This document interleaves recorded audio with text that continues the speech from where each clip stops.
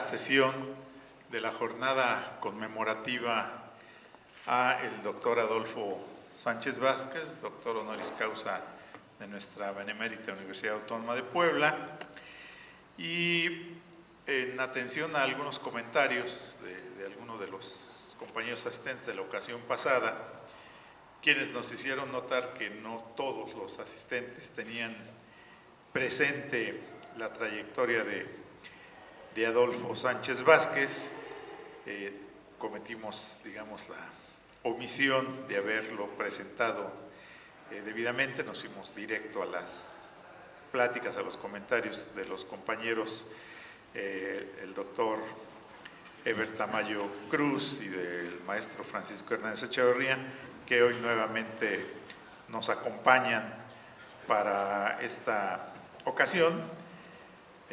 Vamos a hablar del pensamiento dialéctico, de la filosofía de la praxis que este autor desarrolló, reflexionó sobre ella. Y entonces, antes de entrar en materia, y insisto, atendiendo a los comentarios de algunos de ustedes, me voy a permitir brevemente leer, rápidamente también, una semblanza biográfica del doctor Sánchez Vázquez. Bueno, él nació en Cádiz, en España, el 17 de septiembre de 1915, por eso es que estamos estas actividades por el centenario de su natalicio.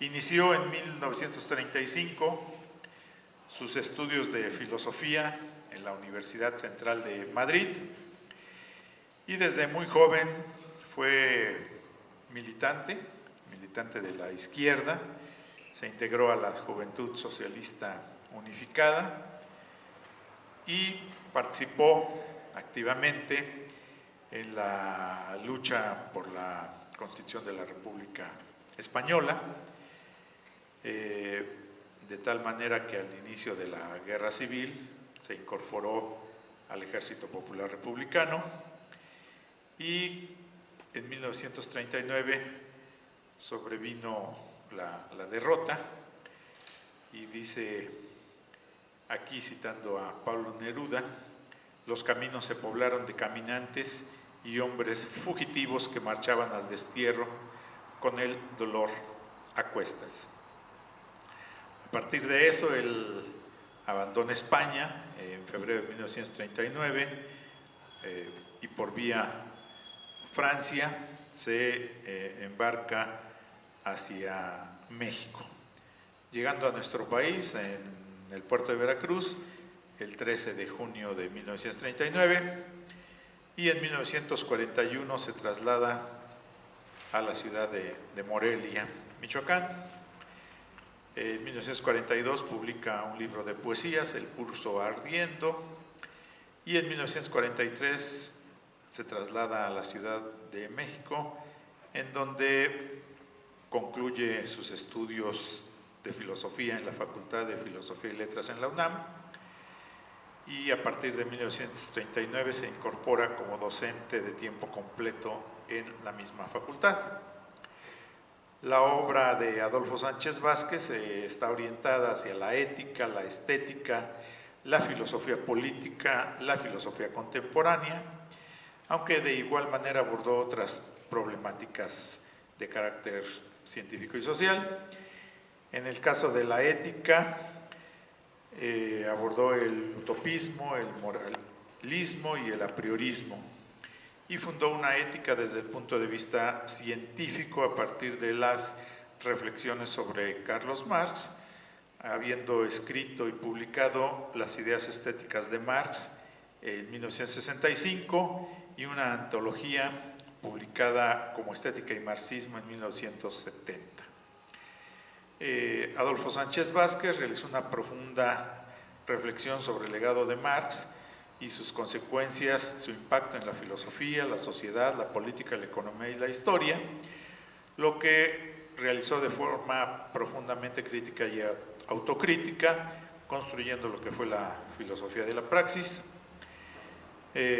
Buscó destacar y enriquecer las concepciones originales del marxismo y fue un opositor implacable de dogmatizaciones y falsificaciones y distorsiones de todo tipo que se han hecho en nombre de Carlos Marx. En este sentido, ya desde los años 80, realizó una crítica detallada al llamado socialismo real, que fundamentaba la tesis de un socialismo democrático. Su pensamiento dialéctico en movimiento, la crítica y autocrítica, su voluntad creativa, y sus reflexiones desde la óptica de una relación entre teoría y praxis, lo pusieron en sintonía con los problemas más acuciantes del mundo contemporáneo, realizando reflexiones en torno al proceso de trabajo y a los mecanismos de enajenación en el sistema capitalista neoliberal. El doctor Sánchez Vázquez fue, como ya hemos mencionado, honrado con el doctorado honoris causa por la Universidad Autónoma de Puebla, por la Universidad de Nuevo León, por la Universidad de Guadalajara, la Universidad de Cádiz, la Universidad Nacional de Estudios a Distancia de España, la Universidad Complutense en Buenos Aires y la Universidad de La Habana. En esta última, como sí comentamos la ocasión pasada, pronunció un discurso de aceptación en donde resaltó la importancia de volver a Marx, reestudiar a Marx y profundizar en las implicaciones justamente de la praxis, de la acción consciente y transformadora de la realidad, para ofrecer una alternativa al sistema de producción capitalista basada en la propiedad privada.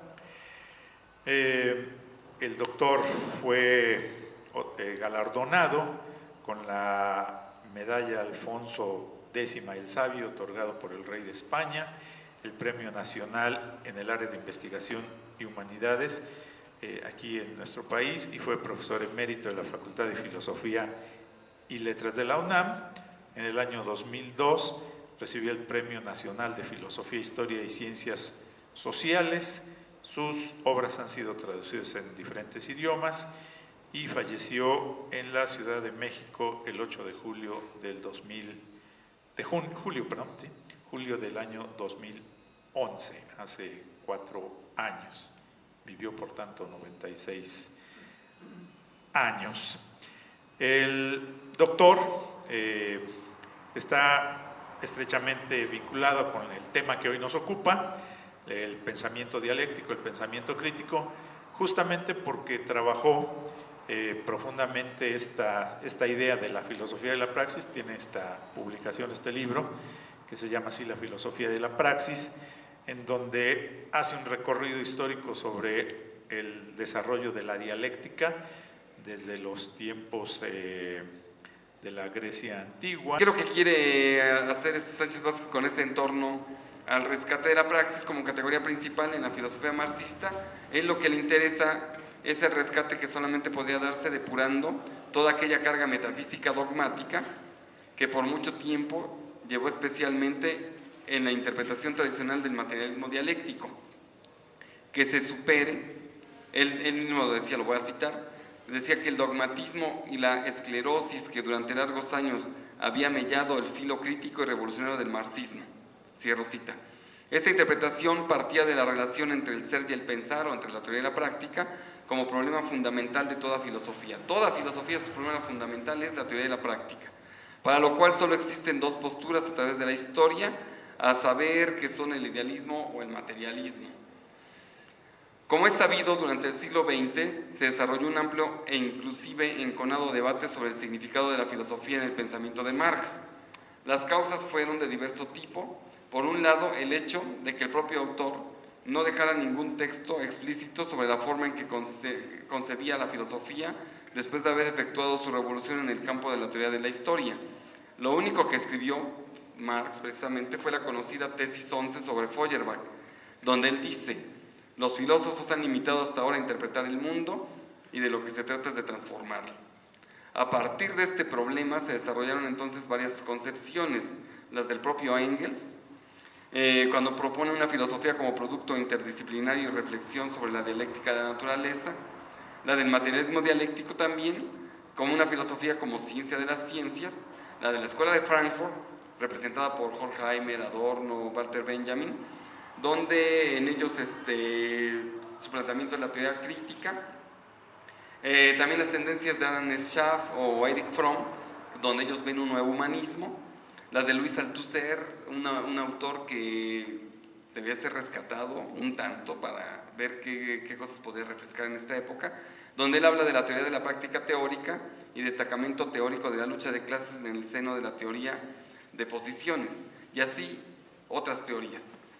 Estas polémicas provenían también del empleo de diferentes tradiciones filosóficas y científicas en el análisis de la obra de Marx y de nuevos campos temáticos, desde concepciones como el historicismo, el estructuralismo, la fenomenología, el hegelianismo y el humanismo, que llevaron a conclusiones encontradas dentro del mismo paradigma. Ahora bien, independientemente de las indudables aportaciones que han hecho todas esas interpretaciones, podemos considerar que Sánchez Vázquez, al colocar a la praxis como centro de la reflexión filosófica de Marx y de su propia reflexión, dio en el blanco en el sentido de que permitir establecer la diferencia esencial del planteamiento de Marx con respecto a la filosofía anterior y posterior. En efecto, mientras Aristóteles coloca en el centro de la categoría del ser, Kant la de la crítica de la razón y del hombre, Hegel la categoría del espíritu absoluto, Wittgenstein la del lenguaje, Heidegger el Dasein, Monnier en la persona, Marx considera que la praxis es la que permite definir el punto de partida de la construcción social, la diferenciación entre el hombre y la naturaleza, la distinción entre una praxis creadora y una práctica enajenante y la interrelación entre teoría y praxis. Es decir, en esta época, principalmente en los años 70, hay una controversia entre quién es más importante, si el joven Marx o el viejo Marx.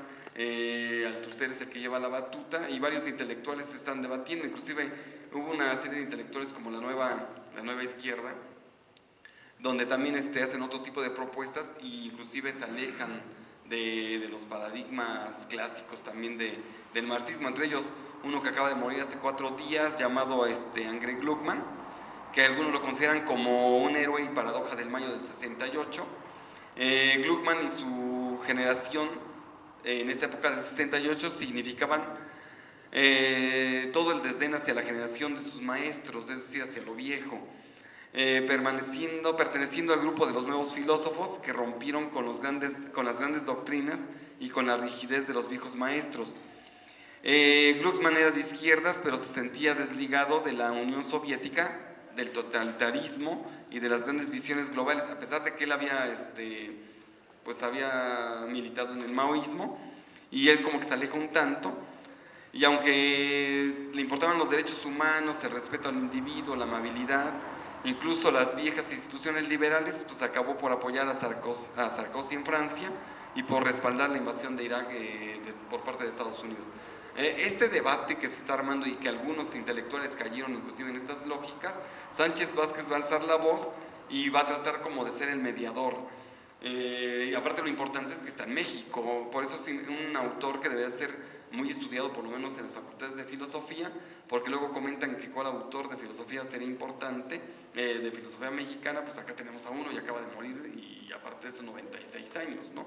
Entonces, aún así de 96 años él seguía teorizando y no fue un autor que se quedó anquilosado en su época, sino al contrario, sigue refrescando muy a su parecer que la teoría de la praxis tenía que ser algo digno de seguirse. Él con 96 años lo sigue haciendo, es algo como de admirarse, porque ya quisiéramos llegar muchos, o si vamos para allá, a cierta edad en que creemos que ya no se pueden cambiar las cosas, y él seguía pensando que se podían cambiar. Entonces, para Sánchez Vázquez, el problema principal de la filosofía no es ontológico, sino praxeológico. Es decir, que no puede haber veredicto sobre un problema ontológico desde la teoría del conocimiento, antropológico o epistemológico, al margen de la praxis, convergiendo en gran medida con el marxismo praxeológico de Antonio Gramsci, lo que comentábamos hace un rato. La praxis, por lo tanto, articula todos estos momentos posicionándose como el fundamento de ellas, es decir, de la teoría del conocimiento, de la ontología, de la antropología, etc. En efecto, cuando Sánchez Vázquez se hacía la siguiente pregunta en los primeros años del siglo XXI, él se decía, y está en un libro donde le hacen un homenaje, se hace esta pregunta: ¿vale la pena hoy el objetivo, la meta, el ideal o la utopía del socialismo? A quienes no conocieron ni vivieron esa experiencia de lucha, a las generaciones que siguen sufriendo los males del capitalismo, exacerbados en su fase neoliberal. Fíjense, tiene 90 y tantos años y está teorizando. ¿Ha valido la pena la alternativa social a la que se asocia, con razón o sin ella, el fracaso de la experiencia histórica que tantos sacrificios y sufrimientos costó? En este mismo texto va a contestarse a sí mismo, cito: no ha valido la pena la experiencia histórica del socialismo real, porque en definitiva en ella no se han dado los valores socialistas. O sea, está criticando el camino de la URSS y de la Europa Oriental. Sin embargo, él dice que a pesar de que es el socialismo real, todavía no se han dado los valores socialistas. Sigo con la cita de Sánchez Vázquez. Pero puesto que la historia no está predestinada, la perspectiva de un socialismo necesario, deseable y posible, aunque incierta y no inmediata, sigue abierta para la izquierda, que siempre ha luchado por la igualdad y la justicia. Ha de abrirse desde el presente en la medida en que se lucha por la democracia efectiva, por ampliar las libertades reales y conquistar espacios de igualdad y justicia social, sin renunciar a la reivindicación de sus sacrificios y logros del pasado. La izquierda debe asumir este pasado críticamente. No lo tiene que desechar, tirar el agua con todo y el niño, sino que lo tiene que tener presente y pensarlo críticamente, sacando de él las lecciones que sean necesarias. Cierro la cita. Como podemos ver, hay un optimismo en el corazón de Sánchez Vázquez, aparejado a la razón cautelosa y celosa del rigor y del recuerdo puntual de la historia. Vuelvo a citarlo. Dice Sánchez Vázquez: ciertamente los horrores teóricos se pagan prácticamente. Los errores teóricos se pagan prácticamente, y a veces con un enorme costo humano. Y de ahí la importancia del conocimiento para la acción, la praxis. Si el marxismo fue certero al descubrir que el capitalismo, por su propia naturaleza, tiende a la expansión constante, fue un grave error considerar que ya en el siglo pasado había alcanzado un límite infranqueable, es decir, lo que decía Marx, o que ya en los albores de este siglo era un capítulo, la historia universal transcurra linealmente por las mismas fases o estadios, sino que las marchas históricas son complejas y en buena parte únicas. Por si fuera poco, el parteaguas lógicamente para Sánchez Vázquez, es la invasión a Checoslovaquia por el Pacto de Varsovia, junto con los movimientos estudiantiles democratizadores que en el 68 repudiaron el marxismo-leninismo dogmático, y esto lo enseñó a dudar, a criticar y autocriticarse, como demuestra en un libro también suyo llamado Ciencia y Revolución. Este filósofo hispano-mexicano ha llegado a la conclusión de que el marxismo, al ser una filosofía para el cambio, la praxis en su categoría central, va a decir lo siguiente: seguimos pensando que el marxismo es ante todo y originalmente una filosofía de la praxis, no solo porque brinda a la reflexión filosófica un nuevo objetivo, sino especialmente porque cuando de lo que se trata es de transformar el mundo, forma parte como teoría del proceso mismo de transformación de lo real, es decir, que es un proceso interminable. En suma, para nuestro filósofo, el marxismo es una nueva praxis de la filosofía y una filosofía de la praxis. Este libro que nos interesa consta de dos partes. La primera parte va a tratar sobre las fuentes filosóficas fundamentales para el estudio de la praxis, subdividida en 4 capítulos dedicados a la concepción de la praxis en Hegel, Feuerbach, Marx y Lenin. Inclusive en la primera parte va a hablar de la etimología, cómo se va transformando este término praxis desde el griego, cómo va pasando los idiomas como el italiano, el español, lo que significa en italiano, lo que significa en español, en alemán, en el ambiente anglosajón, y va a tener algunas diferenciaciones. En la segunda parte va a constar de 7 capítulos acerca de los problemas en torno de la praxis, que es su unidad con la teoría, la praxis creadora y la reiterativa, la espontánea y la reflexiva, y su combinación para alcanzar el éxito. Suele ocurrir que la praxis revolucionaria espontánea tiene una baja o ínfima conciencia de lo que socialmente quiere y debe ser. Esto yo creo que estaba muy de acuerdo con lo que estaban pasando ante los nuevos movimientos. Hay movimientos muy espontáneos, pero que no llegan a nada, ¿no? Como el 132. Y bueno, hay muchos grupos que están surgiendo ahorita, movimientos espontáneos, pero que realmente no están dejando mucha huella, o caen fácilmente en la relatividad. La praxis es crítica de la realidad y autocrítica, porque no existen privilegiados jueces del conocimiento, y la crítica trabaja en conjunción con el comportamiento preventivo lleno de valores y conciencia de clase. De este modo, la filosofía de la praxis de Sánchez Vázquez forma parte de una tendencia muy crítica en el marxismo y de la lista de autores que dedicaron relevantes reflexiones al asunto de la filosofía de la teoría marxista. Tales, estos autores generalmente son tachados de marxistas heterodoxos, como por ejemplo Labriola, Gramsci, Korsch, Lefebvre o el mismo Lukács. Sin embargo, su obra se caracteriza, como él reconoció, por tener como fuente primera y fundamental los textos de Marx y en concreto del joven Marx. Textos que, leídos bajo la influencia del marxismo de la década de los años 20, del siglo pasado, y de los autores que criticaron el marxismo oficial de la Unión Soviética, le permitieron concebir al ser humano como ser práctico y creador, así como producir una reflexión profunda y metódica sobre los fundamentos de una filosofía marxista. Por ello, el impulso del análisis crítico de Sánchez Vázquez es inseparable de su intención por redefinir el marxismo en la perspectiva de la reivindicación de un proyecto de emancipación social que permitiera la superación del capitalismo. Inclusive va a criticar al mismo Lenin. Tiene por ahí una cita donde, en este libro de la teoría de la praxis, muy relevante, o por lo menos reveladora para hacer los años 60, es muy reveladora y que trata de sacudir a la izquierda, que se encontraba un tanto anquilosada con el llamado socialismo real. Voy a citarlo acá en este texto. Habla sobre el modelo del partido leninista. Él va a decir: si fijamos la atención en las críticas posteriores y especialmente en las cuales vemos que en unos casos se refieren a la degeneración burocrática del modelo leninista sin afectar a su teoría original o a su aplicación en sus tiempos dorados, es decir, de 1917 en Rusia y primeros años de la Revolución, y en otros alcances, sobre todo a aspectos suyos hoy pasados de moda, como el partido de cuadros o de revolucionarios profesionales, sin afectar a sus principios teóricos y organizativos fundamentales. Ahora bien, no se trata de volver a sus orígenes, es decir, a los textos sagrados o a una edad de oro, ni de limitarse a renunciar a sus aspectos ya también pasados de moda. Habrá que abandonar entonces a Lenin en este punto para buscar otro modelo de partido, ¿pero cuál?, se pregunta el mismo Sánchez Vázquez. Ya hemos insistido que el marxismo revolucionario solo ha contado y sigue contando hasta hoy con una teoría fundada y articulada, es decir, que la de Lenin, en el qué hacer. Nadie ha ofrecido, más allá de sus críticas o sus retoques, una teoría que pueda confrontarse seriamente con ella. Bueno, eso lo está diciendo en los años 80. Ahora actualmente ya hay algunas tendencias que dicen que sí se puede ir más allá, pero tampoco dicen que se puede hacer organizativamente, simplemente se quedan en el qué hacer, pero como pregunta, que eso sigue vivo, más no un sistema, un reglamento, una dirección como antes. Posteriormente va a decir: no le ofrecieron sus críticos de ayer como Plejánov, como Rosa Luxemburgo o Trotsky. No lo ofrecen tampoco sus críticos de hoy, como Rosana Rosanda, Claudín, Antonio Carlo o Víctor Fay.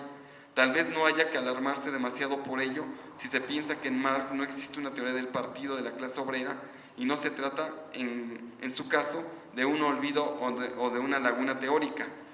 Ya hemos subrayado que, dada su confianza en el potencial revolucionario del proletariado, que no podía compartir inclusive con Lenin, esa teoría no era necesaria para él.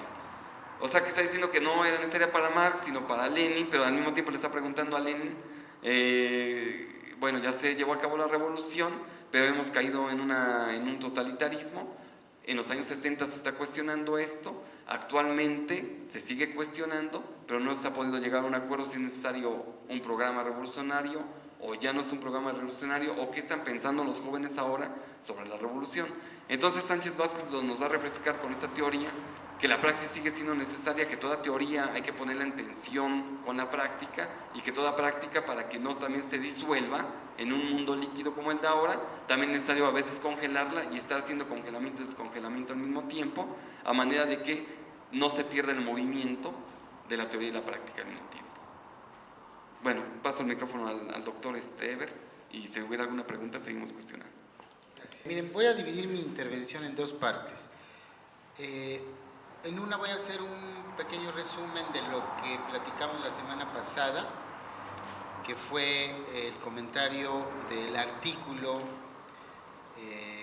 en donde se reproduce la conferencia que dio Adolfo Sánchez Vázquez cuando la Benemérita Universidad Autónoma de Puebla le otorgó el doctorado honoris causa.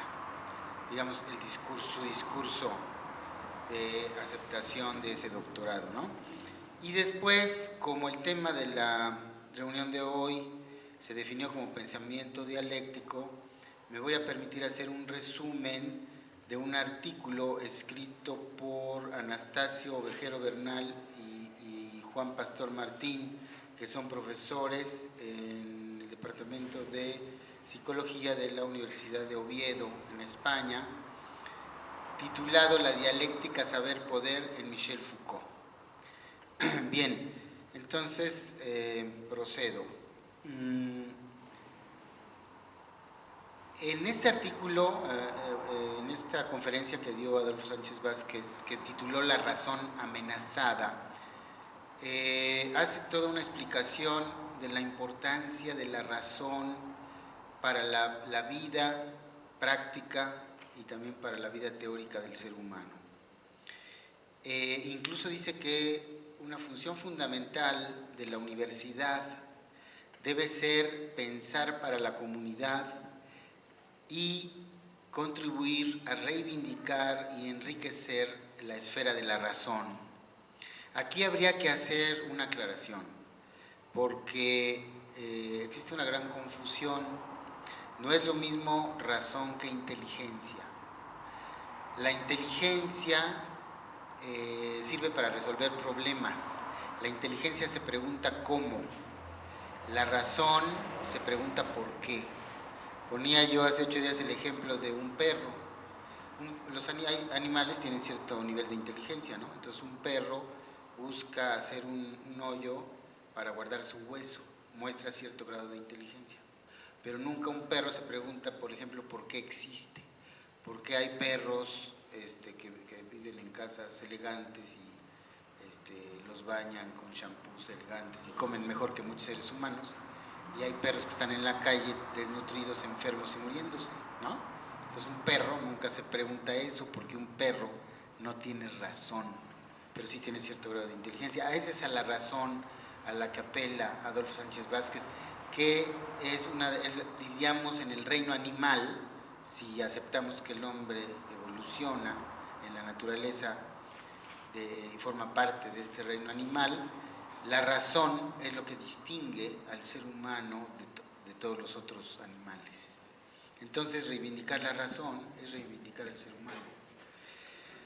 ¿Qué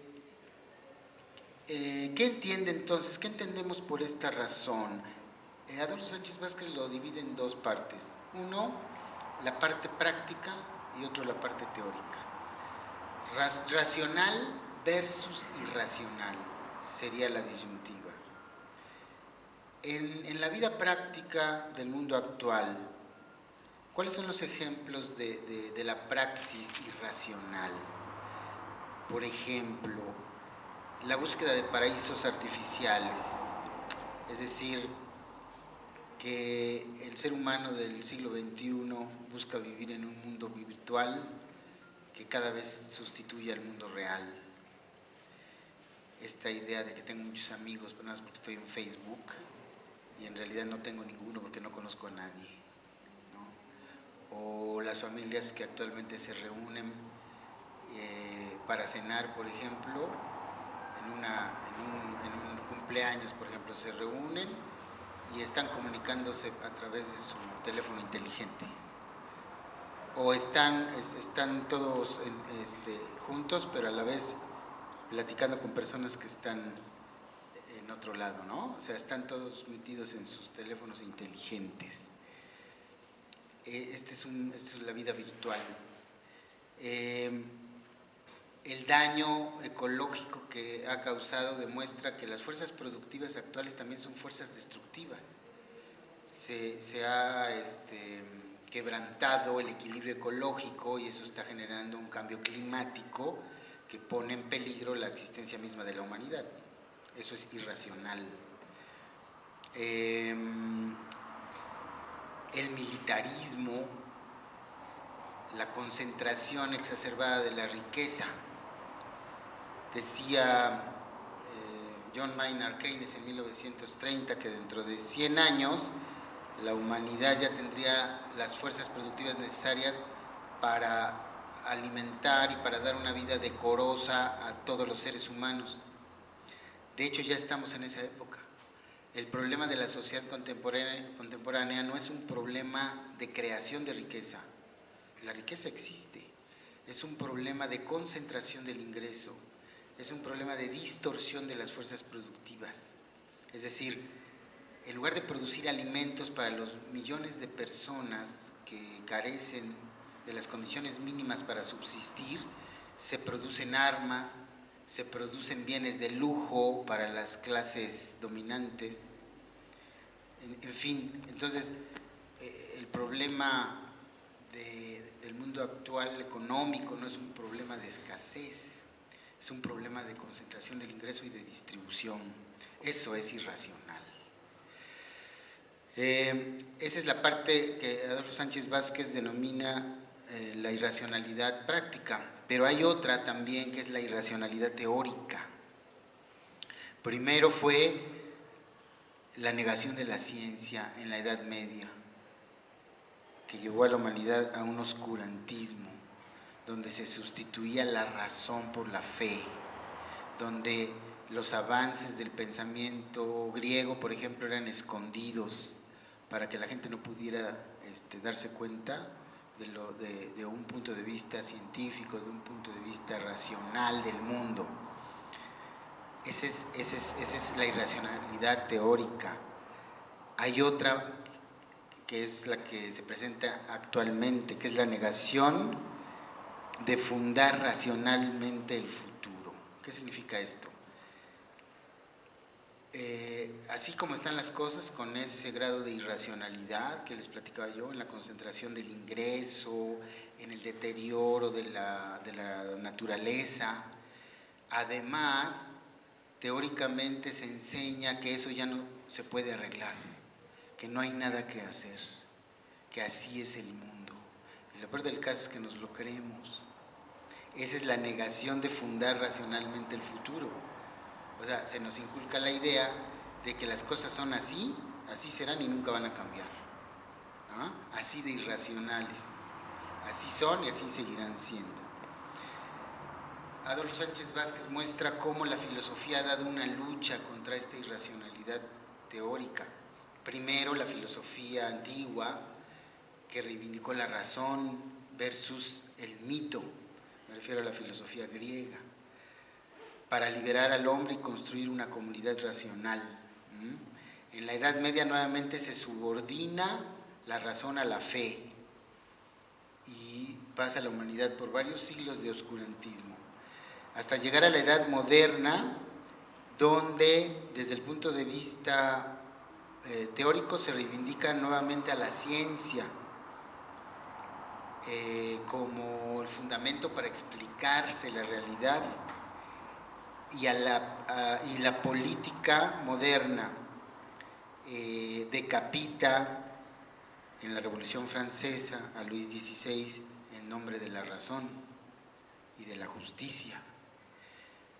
La razón kantiana decapita a Dios. Ya había habido otros filósofos como Descartes que se llamaban racionalistas, pero lo único que hizo Descartes fue tratar de demostrar racionalmente la existencia de Dios y volver a tratar de justificar el idealismo. Hay dos aspectos que creo que valdría la pena que nos pudieran hacer algún breve comentario. En alguna parte del texto de Sánchez Vázquez se apunta, siguiendo a Lenin, por cierto, que para que haya praxis revolucionaria debe de existir conciencia de clase y que además se debe de construir la organización política. Ya Eber comentaba un poco al respecto. Sí me gustaría que ambos nos dieran algún apunte sobre esta idea. Fundamentalmente en el caso de nuestro país, en donde, pues por lo menos a nivel de lo que es el proletariado, parece que no existe conciencia de clase. Y había que plantear si como trabajadores en general, es decir, no solamente obreros, sino campesinos, asalariados agrícolas y los llamados de cuello blanco, se pudiera pensar en algún tipo de organización política a partir de esa conciencia de clase. El saber se constituye parte de ese discurso y entonces la praxis transformadora es bloqueada, esa praxis revolucionaria, esa praxis crítica es bloqueada por el mismo saber, por el propio conocimiento. Y obviamente eso impide lo primero que apunté yo, ¿no? El problema de la conciencia de clase y la organización política. Entonces, brevemente, me gustaría que nos pudieran hacer alguna reflexión sobre La conciencia de clase es cuando así que tomamos conciencia de que hay un sistema que nos ideologiza y al mismo nos ideologiza para podernos explotar. Entonces estamos, en pocas palabras, diciendo que estamos en un mundo, estamos enajenados o cosificados, es decir, nos han vuelto cosa dentro del trabajo, dentro de nuestra actividad laboral o dentro de nuestro trabajo, somos una cosa o objeto más dentro del trabajo. O nos conceptualizan y nos categorizan desde la perspectiva nada más económica. Aunque nos digan que somos factor humano ahora en las empresas, pues en realidad es como la parte bonita de decirnos que no te sientas que eres una cosa, sino que, bueno, eres factor humano o capital, algunos llaman capital humano. Esas nuevas palabras, esos nuevos conceptos, pues se dieron a raíz del planteamiento del mundo global, la competitividad, etcétera. Cambiaron algunos términos para que ya no se oyeran anticuados, pues los volvieron ahora hasta cool, ¿no? Ahora los chavos dicen, eso oye más cool, ¿no? Que te digan, eres un factor humano importante, indispensable, pues aunque siga siendo la parte de la herramienta de la máquina. Esto se ha desboronado en este mundo líquido precisamente, o en este mundo postmoderno, ya no tiene tanto peso, no nos damos cuenta de la nueva explotación, porque bien que más nos han vuelto, decimos que más que estar ganando, percibiendo un sueldo para vivir bien, nos vuelven sujetos de consumo. O sea, tenemos ya con el sueldo que tienes una cuestión de poder acceder al consumo y te sientes más o menos bien. Es un efecto adormecedor para que no te des cuenta de que estás siendo explotado. Eso es importante dentro de las empresas, por ejemplo, en donde yo laboro, las nuevas generaciones que han entrado ahora trabajan mucho más y no se dan cuenta y tienen un ingreso que va ideologizado también.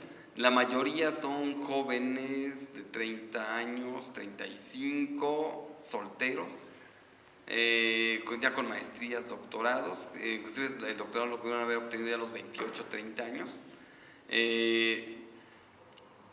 La mayoría han salido, con esta movilidad estudiantil, pueden salir al extranjero, regresan y ya con eso tienen la idea de que ya triunfaron algo a nivel competitivo dentro de su generación. Entonces ya con lo que perciben no se dan cuenta del sistema cómo los explota. La mayoría de ellos ahora trabajan hasta las 2, 3 de la mañana por el mismo sueldo. Ya no hay negociaciones, no hay de que yo no quiero, etcétera. Con tal de no sentirse fuera de la jugada generacional y laboral, si le dicen quédate hasta las 3, 4 de la mañana, se quedan hasta las 3, 4 de la mañana. Ninguno grita, ninguno dice nada, o sea, ninguno levanta la voz, trabajan todos. Y estoy hablando desde escuelas muy renombradas hasta las de otro tipo de escuelas. Todas están cortadas por la misma tijera. Ahorita ya el problema ya ni siquiera es la universidad.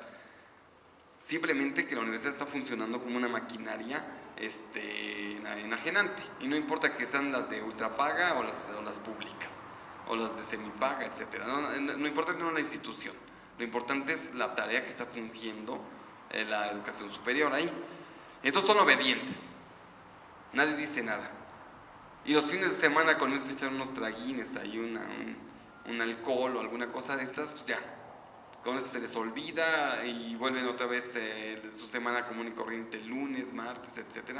No hay una conciencia de clase, y es más, nos sienten explotados porque también va amarrado, vuelvo a repetir, con la lógica social de si estás soltero, estás tranquilo, fuera de responsabilidades familiares, inclusive algunos todavía viven con sus papás, o algunas, es una generación privilegiada porque todos sus papás, algunos, todavía los mantienen y tienen 35 años. Hay recursos materiales, técnicos, financieros y humanos.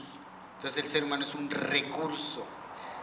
Algunos otros autores más adelante hablaban del factor humano en la producción, como Douglas MacGregor. Y si ustedes analizan los datos del INEGI, por ejemplo, la tasa de desempleo mayor entre los jóvenes en México son los que tienen educación superior. Entonces hay un gran engaño social. Estudia una profesión para que tengas trabajo. Y cuando vemos las estadísticas, aún maquilladas por el gobierno, pero los invito a que las chequen, el desempleo, la tasa de desempleo es mayor entre los jóvenes que tienen una profesión, incluso titulados, que entre los que tienen prepa o que los que tienen secundario. Los que nada más tienen secundario o prepa tienen trabajo, pero los que ya tienen universidad o maestría son los que menos tienen trabajo. Eso son datos del gobierno. Pero las universidades, con tal de vender, siguen pregonando que los jóvenes estudien licenciaturas, maestrías para tener éxito en la vida, pero que si no tienes éxito es tu culpa, por burro, que no estudiaste, ¿no?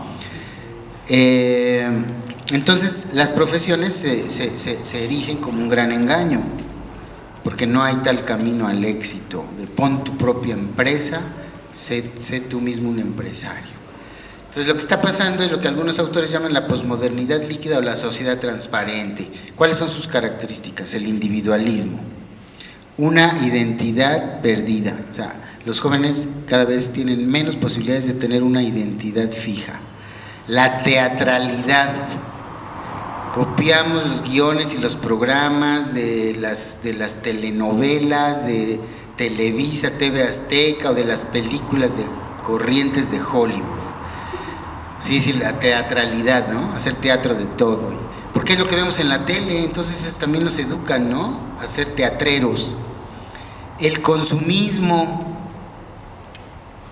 no me refiero a con su misma ropa, con su misma camisa, me refiero a la idea de que consumas y que se te acabe rápido tu iPhone para que saques el nuevo, y que si tienes el más grande entonces eres más viril, ¿no? Eso platicaba aquí el maestro la otra vez, a mí no me consta. Entonces la idea del consumismo como estatus, así seas pobretón, pero usas marcas y tienes teléfonos chingones y los cambias a cada rato porque estás a la moda, ¿no? La memoria ya no es importante porque todo está en internet, entonces piensas que nada más porque entraste a Google y encontraste algo ya eres el gran investigador. Entonces no te enseñan realmente a investigar como proceso crítico y creativo, sino nada más a copy-paste, donde ni siquiera leen, ni los estudiantes leen lo que copian y pegan, ni los maestros leen lo que los estudiantes copian y pegan. Entonces nos hacemos, los maestros hacen como que enseñan y los estudiantes hacen como que aprenden, y ahí la llevamos. Los estudiantes pasan y los maestros cobran, si no están haciendo otras cosas, ¿no? El mundo camaleónico, que me disfrazo según la situación, ¿no? El mundo virtual, ya les voy a dar otras características, por ejemplo, toda esta ética del hombre light está basada en el hedonismo, en el relativismo de valores, todo es relativo, se confunden los principios con los valores, ya no hay principios de conducta. Todavía los antiguos hablaban de personas de principios. Ya se ha abandonado esa idea de que haya personas que tengan principios. Ahora solamente tenemos valores pasajeros, relativos, modas, superficialidades. La gente prefiere hablar de cosas superficiales que perder el tiempo en la filosofía, que perder el tiempo en la ciencia, en la economía. Quiere éxito rápido, consumismo, egoísmo. El hombre light busca a toda costa 3 cosas: confort, placer y dinero.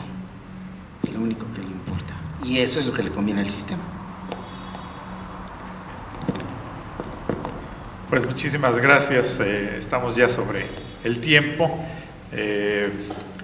Quiero señalar que esta charla forma parte de un programa más general, el mismo homenaje, de un esfuerzo que estamos denominando Dialógica del Bien Pensar, y la estamos grabando porque se va a transmitir por Lobo Radio dentro de 15 días, viernes a las 11 de la mañana, por si alguno de ustedes está interesado, y también en YouTube para esas mismas fechas la estaremos subiendo, así como Dialógica del Bien Pensar.